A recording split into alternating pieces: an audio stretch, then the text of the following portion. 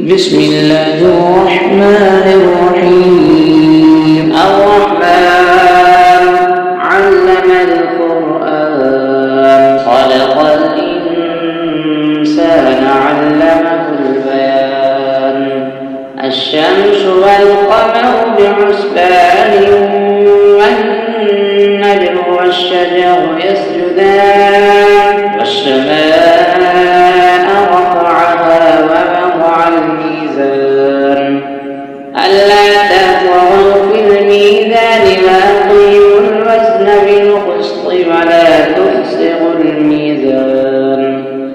والأرض وضعها للأنام فيها فاكهة والنخل ذات الأكمام والحب ذو العصف والريحان فبأي آلاء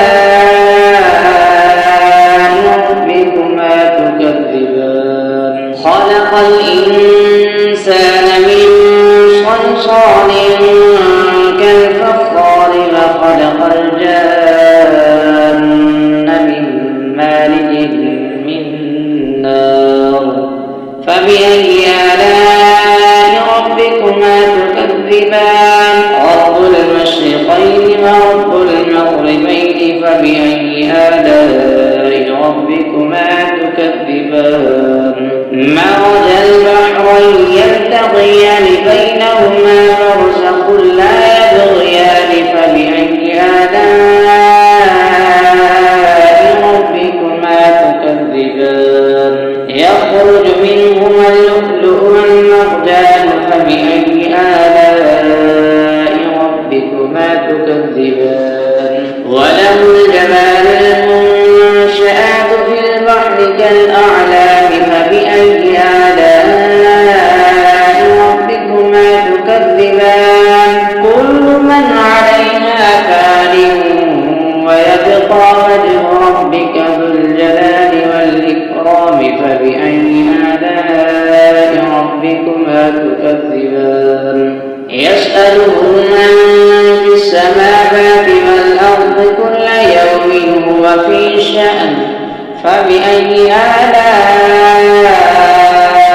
ربكما تكذبان. سنفرغ لكم أيها الثقلان فبأي آلاء ربكما تكذبان.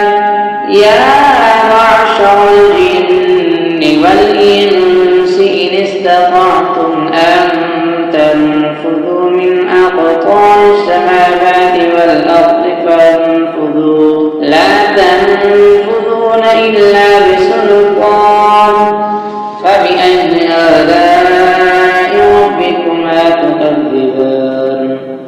يرسل عليكما شعاع من نار ونحاس فلا تنتصرون فبأي آلاء ربكما تكذبان.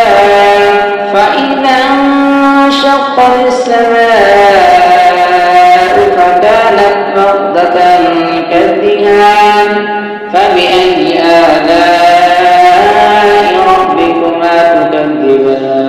فيومئذ لا يسأل عن ذنبه إنس ولا جان فبأي آلاء ربكما تكذبان.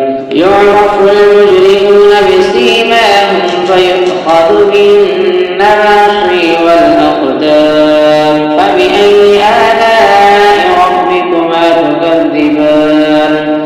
هذه جهنم التي يكذب بها المجرمون يطوفون بينها وبين حميم آن فبأي آلاء ربكما تكذبان. ولمن خاف مقام ربه جنتان فبأي آلاء ربكما تكذبان. ذواتا أفنان فبأي آلاء ربكما تكذبان. فيهما عينان تجريان فبأي آلاء ربكما تكذبان.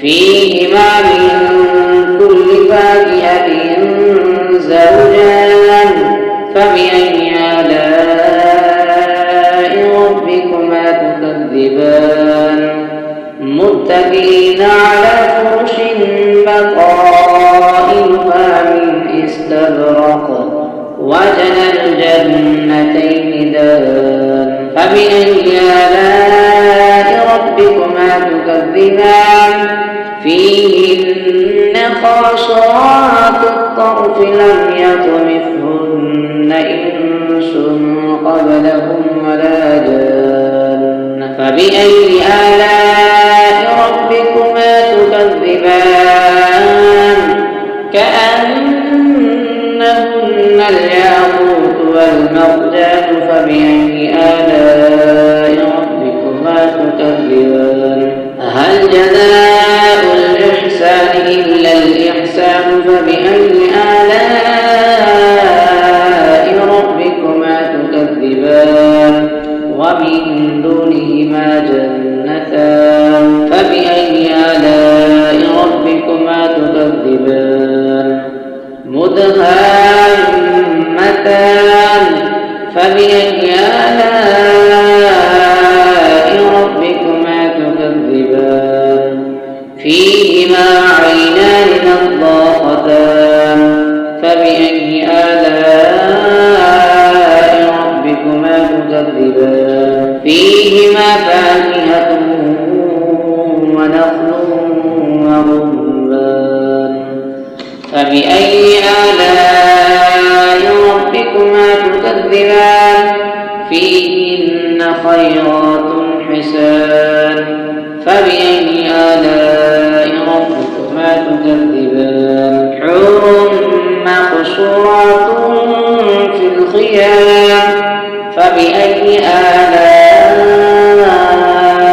ربكما تكذبان لم يطمثهن إنس قبلهم ولا جان فبأي آلاء ربكما تكذبان متكئين على رفرف خضر وعبقري حسان فبأي آلاء ربكما تكذبان تبارك اسم ربك ذي الجلال والإكرام صدق الله العظيم.